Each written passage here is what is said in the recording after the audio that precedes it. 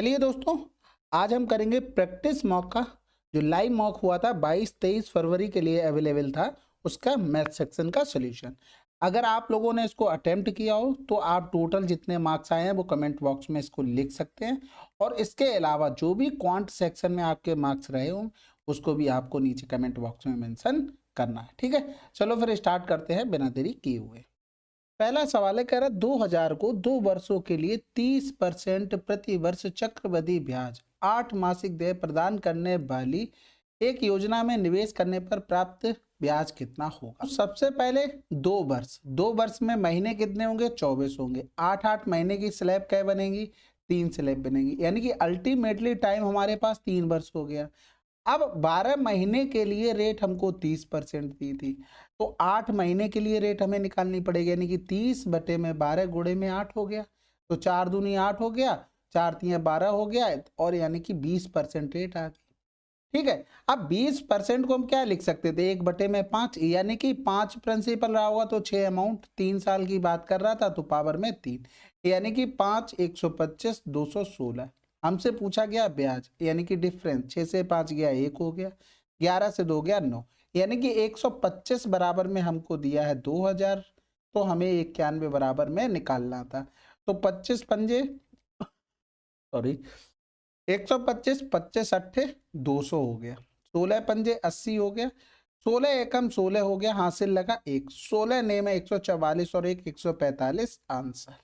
अगला सवाल, ए अकेले किसी काम को 12 दिनों में, बी और सी साथ में 8 दिनों में कर सकते हैं। बी और सी की क्षमताओं का अनुपात इतना है, ए और सी द्वारा साथ में समान काम करने में लिया गया समय। तो देखो, ए 12, बी प्लस का सी 8, अगर एलसीएम लेंगे तो इनका 24 आ जाएगा, तो 12 दूनी 24, 8 तियां 24 एफिशिएंसी। इन दोनों का रेशियो 1:2 था, अगर सम करोगे तो 3, तो 3 यहाँ पर भी है, 3 यहाँ पर भी है, तो ये सेटिस्फाइड होगी। सेटिस्फाइड नहीं होते तो उसको करना पड़ता।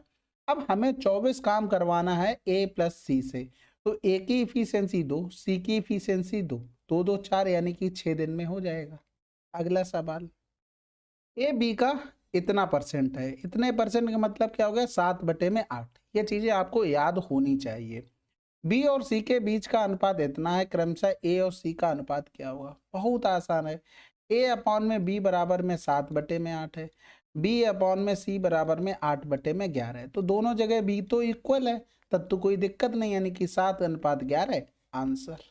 अगला सवाल, पाइप ए की क्षमता पाइप बी से 2 गुना है और पाइप बी एक खाली कंटेनर को 30 मिनट में भर सकता है, तो ए और बी क्षमता दी गई थी 1 और 2।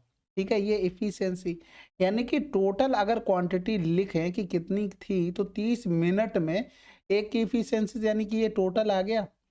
यदि दोनों पाइप ए और बी को पाइप सी की, जिसकी क्षमता पाइप ए की क्षमता का 25% है, यानी कि सी की क्षमता 25 चौकू 100, 1/4, यानी कि 1/2 आ गई, के साथ खोला जाता है तो उन्हें टैंक जो कंटेनर के आकार से 14 गुना है, यानी कि हमें टोटल काम इतना करवाना है।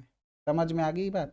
अब इन तीनों को जोड़ लो, तो यहाँ से जोड़ा तो ये 3, इनको जोड़ेंगे तो 3 दूनी 6, 7/2 गया, इससे भाग कर दो 7/2 से, तो 7 दूनी 14 हो गया, 2 दूनी 4, 4 तियां 12, 120, ये मिनट में आया, भाग कर देंगे 60 से, यानी कि 2 घंटे हमारा आंसर। अगला सवाल, ए और बी द्वारा बेचे गए मैंगोज की संख्या का क्रमशः 20% और 30% सड़ा हुआ था, तो दुकानदार ए और बी द्वारा बेचे गए सड़े हुए मैंगोज की कुल संख्या, तो मैंगोज ये रहा हमारा ब्लू कलर में, यानी कि 420 का 20% और इधर हो गया 360 का 30% हो गया, तो ये कैंसिल आउट हो गया, ये 84 हो गया, ये कैंसिल आउट हो गया तो 108 हो गया, जोड़ देंगे तो 8 4 12 हो गया, हासिल लगा 1, यानी कि 192। अगला सवाल, अब ये तो सिंप्लीफिकेशन का बहुत तसल्ली से सावधानी से करने वाला। सबसे पहले इनका गुणा होगा क्योंकि ऑफ लगा हुआ, फिर 81 डिवाइड में आ जाएगा तो ये पूरा पूरा कैंसिल आउट हो जाएगा, बचेगा क्या? 5 प्लस का 1, इधर करेंगे तो 3 इंटू में x पहले आ जाएगा, 3 इंटू में x, और ये 9 से 9 कैंसिल आउट हो जाएगा, 1 का गुणा करना पड़ेगा प्लस में 3x। ये आपको ऑफ का ध्यान रखना है, पता लगे आप बाद में कर रहे हो फिर तो दिक्कत हो जाएगी। 3 तिरका 9, 9 से डिवाइड करेंगे तो 3/9 हो जाएगा, 1/3 आ गया। यहाँ पर डिवाइड किया तो ये कैंसिल आउट हो गया 3, और फिर पहले यहाँ पर क्या होगा, ऑफ का होगा, 3 दूनी 6, यानी कि 3/6, तो 1/2 इधर हो जाएगा, वो भी माइनस का, -1/2। इससे पहले यहाँ पर 3 से 3 यानी कि 3 बचा था, बस बराबर में क्या हो गया, 90/70, 17 हो गया। तो ऊपर 6 प्लस का 3x, 3 दूनी 6, नीचे एलसीएम लेंगे वो ऊपर हो गया, तो 3 दूनी 6 हो गया, 6 तियाँ 18, माइनस का 1 हो गया, सॉरी 2 तियाँ 6, 3 हो जाएगा, बराबर में 90/17। तो 18 2 20, 20 से 3 गया तो 17, ये कैंसिल आउट हो जाएगा, 15 छक्का 90 हो गया। तो 3x बराबर 15 से 6 गया तो 9 हो गया, x बराबर में। अगला सवाल, a प्लस बी प्लस सी बराबर में 0 है, तो देखो यहाँ पर पुट कर लो, c बराबर 0, b बराबर का -1, a बराबर में 1, पुट कर दो। देखो a प्लस का 1 का स्क्वायर माइनस 1 का स्क्वायर प्लस में 0 हो गया, इसका होल स्क्वायर हो गया, ठीक है। बटे में क्या हो जाएगा, a स्क्वायर बी स्क्वायर, देखो स्क्वायर पे तो सारे प्लस ही हो जाने, तो उसमें ज़्यादा कुछ सोचना नहीं, सी के साथ वाले सारे 0, माइनस का 4 हो गया। तो यहाँ पर कितना हो गया, 2, 2 का स्क्वायर 4, 4 माइनस का 4 करेंगे तो आंसर क्या आ जाएगा, 0। अगला सवाल, त्रिभुज एबीसी में यदि जी केंद्रक है और एडी एक माध्यिका है जिसकी लंबाई 9 है, तो एजी की लंबाई। सबसे पहली बात तो ए बी सी कह रहा था, एडी माध्यिका है और जी केंद्रक है, केंद्रक माध्यिका को 2:1 के अनुपात में डिवाइड करता है, तो ये टोटल कितना हो जाएगा, 3 हो जाएगा, 3 बराबर में 9, 2 बराबर में पूछा गया था 6 आ जाता। अगला सवाल, अब इसमें देखो 5 डिजिट नंबर दिया गया था, divisible by 3, 7, 11, then what is the value of 3x minus का 4y। अब देखो ये सारे एक चीज देखो, ये क्या है, ये सारे प्राइम नंबर हैं, यानी कि इनका प्रोडक्ट करके लिख ले, 7 तियाँ 21 हो गया, तो 11 एकम 11 हो जाएगा, 11 दूनी 22 और 1 23 हो जाएगा, यानी कि 231 से हमें डिवाइड होना चाहिए। तो देखो भाई 231 एकम एक बार किया, 5 एक गया 4, अब x बाई बचा है, हमें यहाँ पर 4 भी मिला है, तो इसका 2 गुना कर दें, 2 एकम 2, 2 तियाँ 6, 2 दूनी 4, यानी कि 6 2 ले सकते हैं, x का मान और ये बाई का मान, तो 2 3 5 6 2। अब यहाँ पर देखना 5 2 7 2 9 6 3 9, 11 से हो गया, 9 से तो 3 से तो हो ही जाएगा क्योंकि समी आ रहा 9 9, 7 से देखना, 7 से भी चेक कर लो। तो यहाँ पर अगर मान रखेंगे 3 गुणे में 6 माइनस का 4 गुणे में 2, 6 तियाँ 18, 4 दूनी 8, यानी कि 10 आंसर। अगला सवाल, यदि किसी संख्या के 40% और समान संख्या के 30% का योग इतना है तो संख्या क्या है। संख्या 100 मान लो, 100 का 40% 40 होगा, 100 का 30% 30 होगा, दोनों का सम 70, 70 बराबर में 70, तो 100 बराबर में, तो ये तो बिना पेन चलाए भी कर सकते थे। अगला सवाल, इस सवाल को देखो भाई, ये भी केवल कैलकुलेशन बेस्ड सवाल था, आपका कैलकुलेशन करनी थी, जितनी जल्दी जो कर लेगा भाई आंसर पाएगा, क्योंकि यहाँ पर नीचे से तो कुछ मिल नहीं रहा है स्क्वायर वगैरह का, कैलकुलेशन ही थोड़ी सी इसमें करनी पड़ेगी। चलो ठीक है कर लेते। देखो इसको हम क्या लिख सकते थे, 25/100, 25 चौकू 100, यानी कि 27/4 चौकू 16 चौकू 64, प्लस में इसको अगर हम लिखते तो 5/100 और इंटू में 5 की पावर में 3 लिख सकते थे, 25 चौकू 100, यानी कि यहाँ पर भी 1/64, यानी कि ऊपर सॉल्व किया तो 28 बटे में हमें 64 मिला। नीचे अगर देखते तो 75/100 की पावर में 2, यानी कि 25 तियाँ 75, 25 चौकू 100 पावर में 2, 3 तिरका 9, 4 चौकू 16 हो गया। इधर करते तो 25 गुणे में 5 बटे में 1000 हो गया, तो 25 चौकू 100 हो गया, 5 अट्ठे 40 हो गया, और माइनस का 1/8 हो गया, यानी कि एलसीएम लेंगे तो यहाँ पर 16, यानी कि 9, 8 दूनी 16, यानी कि 2, 9 से 2 गया तो 7/16, तो यहाँ पर 7/16, यानी कि जो हमारे पास दो नंबर निकल के आए हैं वो ये और ये निकल के आए, यानी कि 28/64 और बटे में 7/16, तो ये 16 ऊपर चला जाएगा तो ये 4 कर देगा, 7 यहीं गुणा होगा तो 7 चौक 28 होगा, यानी कि आंसर क्या आ जाएगा, 1 आ जाएगा। ठीक है, अब बाकी जिसने और दिमाग लगाया होगा वो अच्छी बात है, नहीं तो इस तरीके से आप कर सकते थे, ये भी आराम से बैठ के करने वाला था, यानी कि सेकंड गो में आप आसानी से कर सकते थे। अगला सवाल, अब इस सवाल को देखो, ये बहुत आसान सवाल था, ये लिखा हुआ था sec स्क्वायर एक्स माइनस का tan स्क्वायर एक्स, जो कि फार्मूला भी होता है बराबर में 1। अब इसमें x का मान कुछ भी रख दो, सारे मान अवेलेबल, यानी कि सारे मान सही होंगे। जब ये जनरल है तो फिर क्या ही सोचना था। आशीष ने एक पुरानी बाइक इतने में खरीदी और इसके रख रखाव में इतने खर्च किया, और बाइक के उसके प्रभावी क्रय मूल्य से 40% अधिक अंकित किया, फिर भी 20% छूट देकर इसे बेच दिया। आशीष का लाभ परसेंटेज कितना है। देखो सिंपल सी बात है कि प्रभावी हमने मान लिया कि 100 था उसका सीपी, 40% अधिक अंकित किया 140, इस पर 20% की छूट दे दी, यानी कि 80 रुपए में 80% में बेच दिया।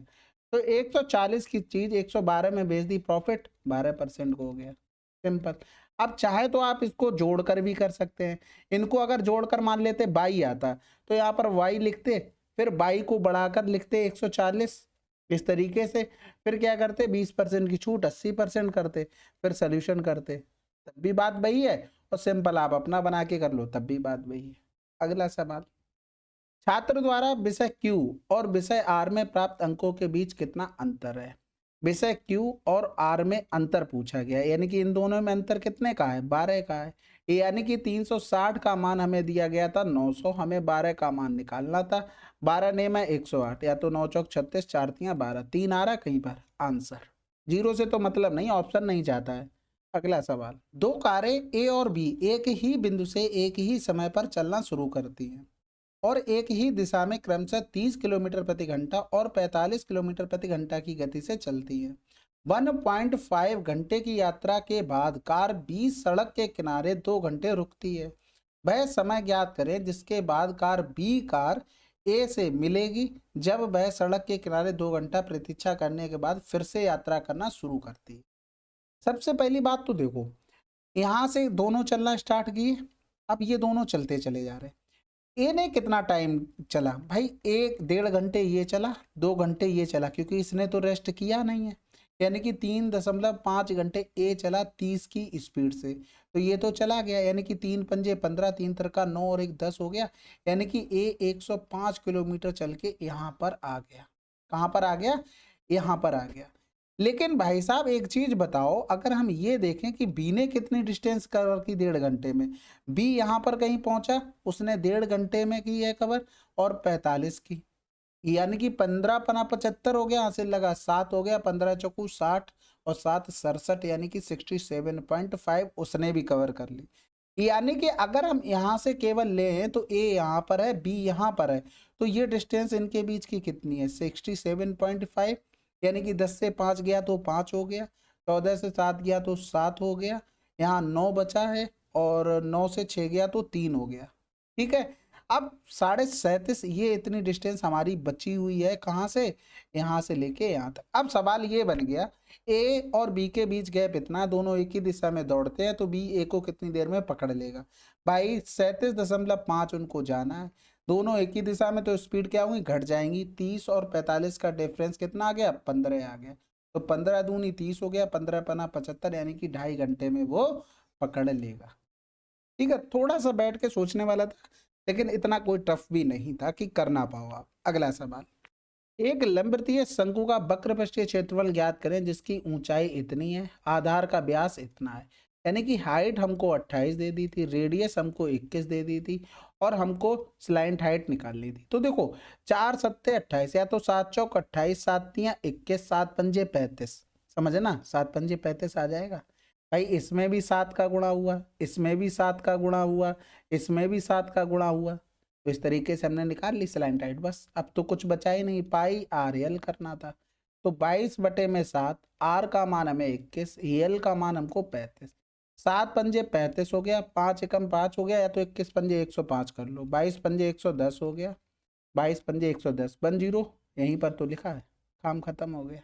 अगला सवाल, 24 व्यक्ति प्रतिदिन 5 घंटे काम करके 8 दिनों में 4 इकाई काम पूरा कर सकते हैं। 20 व्यक्ति 4 घंटे काम करके 6 इकाई काम पूरा करने में लगने वाले समय ज्ञात कीजिए। भाई MDH वाला फार्मूला, MDH फार्मूला, ठीक है, M1 D1 H1, यानी कि टाइम हो गया, डे हो गया, और आपके मैन पावर होगी जो कुछ भी है। तो 24 व्यक्ति 5 घंटे 8 दिनों में 4 इकाई काम, काम नीचे, 20 व्यक्ति 4 घंटे में 6 इकाई काम, कितने काम पूरा करने में लगने वाले समय, यानी कि टी निकालना है, या एच लिख लो जो भी मन हो।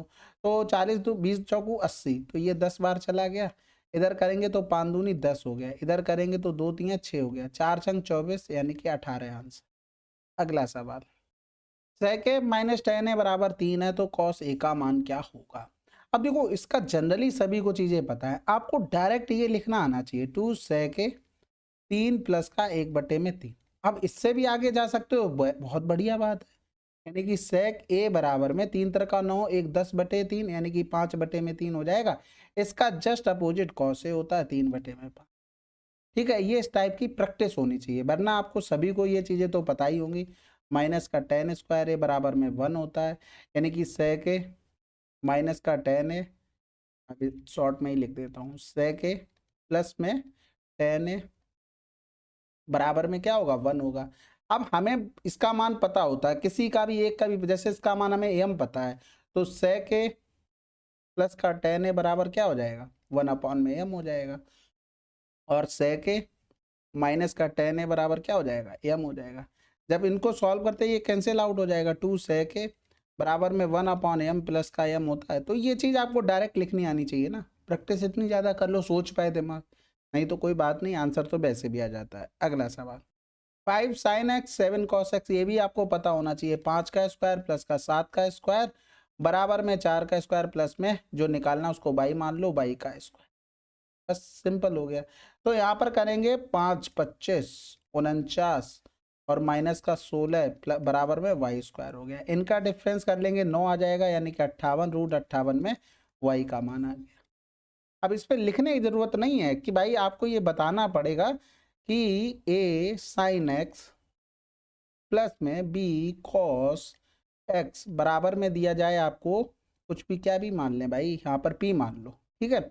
और यहाँ पर जस्ट अपोजिट हो जाए भाई, ऊपर cos लिखा हुआ, sin लिखा, इधर cos हो जाए, यानी कि a cos x माइनस का b sin x बराबर में q दिया जाए, तो a स्क्वायर प्लस का b स्क्वायर बराबर में p स्क्वायर और प्लस में q स्क्वायर। जब होल स्क्वायर करेंगे ना दोनों का और दोनों को जोड़ेंगे तो यही चीज निकल कर आएगी। अगला सवाल, 3 दोस्तों मनोज, संजय और अरुण की आय का अनुपात इतना है, उनमें से प्रत्येक इतना बचाता है। यदि अरुण का व्यय संजय के व्यय से इतना अधिक है तो मनोज और अरुण के बीच का अंतर ज्ञात करें। किसमें, व्यय में।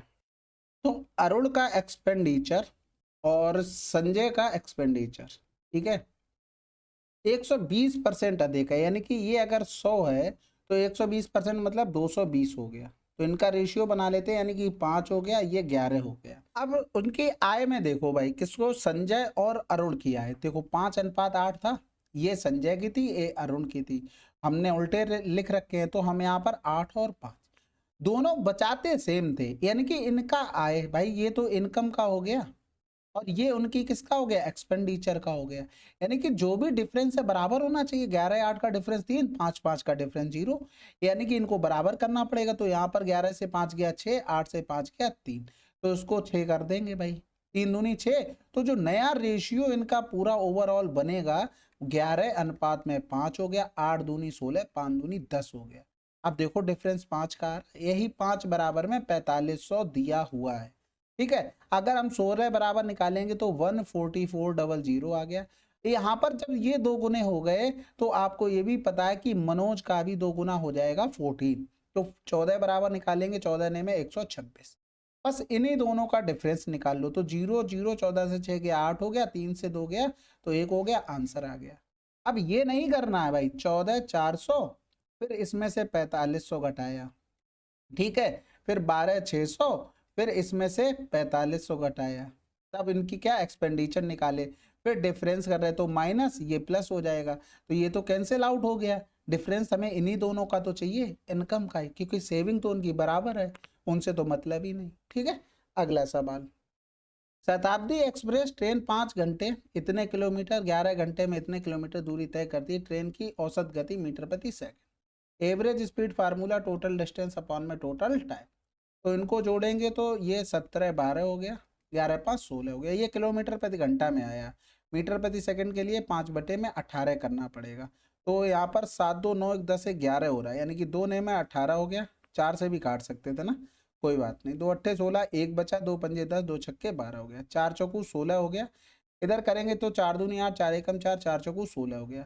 अभी भी काटेंगे तो 2 दूनी 4 हो गया, 2 एकम 2 0, 2 सत्ते 14 हो गया, 5 सत्ते 35 हो गया, 5 एकम 5, 9 दूनी 18 हो गया। अब यहाँ पर 18 दूनी 36, 18 तिया 54 ज्यादा हो जाएगा, यानी कि 2 बार जाएगा, पूरा पूरा भाग तो जा नहीं सकता, आंसर कर दो। और 8 ने 72 3 75, यूनिट डिजिट भी 5 मिल रही थी जो कि यहाँ पर थी। ठीक है, अगला सवाल। 7 क्रमागत धनात्मक पूर्णांकों का औसत 85 है। यदि अगले दो पूर्णांकों को जोड़ दिया जाए तो सभी पूर्णांकों का योग ज्ञात करें। तो सबसे पहले इन्हीं 7 का सम निकाल लो। 7 पंजे 35, 7 अट्ठे 56, 56 और 3 कितना 59 हो गया, 595 आ गया। अब हमें नेक्स्ट दो चाहिए। सबसे पहले देखो 7 नंबर थे तो 1 2 3 इधर, 1 2 3 इधर, 85 यहाँ पर था, 86 हो गया, 87 हो गया, 88 और ये 2 रह गए। बस इन्हीं को और जोड़ देना था, आंसर आ जाना था। 5 9 5 14 की 4 हासिल लगा 1 हो गया, 10 और 8 18, 18 में 9 जोड़ेंगे 27, हासिल लगा 2 हो गया और 5 2 7, 774 आंसर। ठीक है, बाकी अगर आप थोड़ा सा दिमाग लगाते तब ये कर सकते थे। देखो यहाँ से 85 से कितना बढ़ रहा है भाई, नेक्स्ट नंबर चाहिए थे। 3 तो हमने सोच लिए दिमाग में, 3 आ रहा है, उसके बाद वो 4 ज्यादा लेके आ रहा है, एक 5, यानी कि 9 ज्यादा लेके आ रहे, तो 9 नंबर भी तो हो गए, प्रत्येक एक एक ज्यादा लेके आ रहा होगा, यानी कि 86 गुणे में 9 भी कर सकते थे। 9 छक्का 54, 9 अट्ठे 72 और 5 77, यहाँ से भी आ जाता। तो सोचने के ऊपर है, ये भी आसानी तरीका है, इतना कोई टफ नहीं बोलेंगे। अगला सवाल। ओ केंद्र वाले एक वृत्त की त्रिज्या 15 सेंटीमीटर है। डी वृत्त की परिधि पर एक बिंदु इस प्रकार है कि 24 सेंटीमीटर जीवा ए बी बिंदु सी पर ओडी द्वारा समद्विभाजित होती है। सी डी की लंबाई बता। बहुत आसान हो गया ये तो। ये हो गया ए बी, ठीक है, ये हो गया ओ डी, ये हो गया सी। ठीक है, ये हमारी रेडियस हो गई, यहाँ से यहाँ तक के ये मिला दिया पूरा। अब एक चीज आपको पता है, 15 रेडियस है तो ये पूरा कितना हो गया, 30 हो गया। हमें निकालना है ये, यानी कि ये अगर x हो गया, ये 30 माइनस का x हो जाएगा।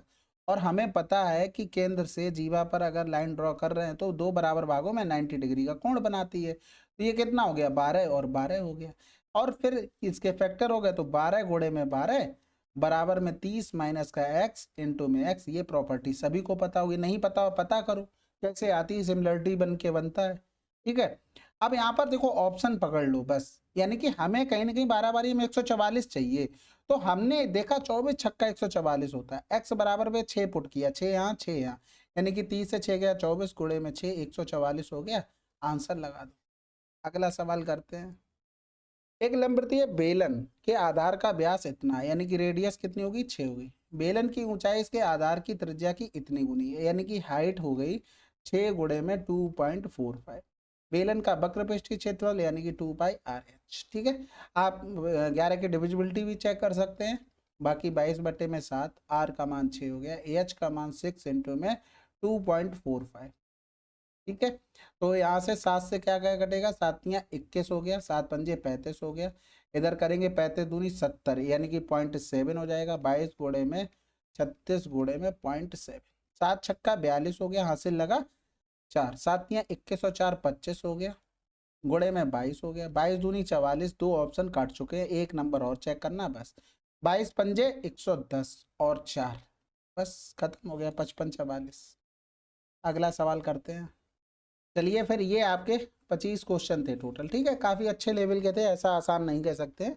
अगर आपके 40 के आसपास या 35 से 40 के बीच में भी है तब भी अच्छा स्कोर एक माना जाएगा। बाकी उसके अलावा कोई सजेशन हो तो कमेंट कीजिएगा। मिलते हैं अगले वीडियो में, तब तक के लिए जय हिंद जय भारत।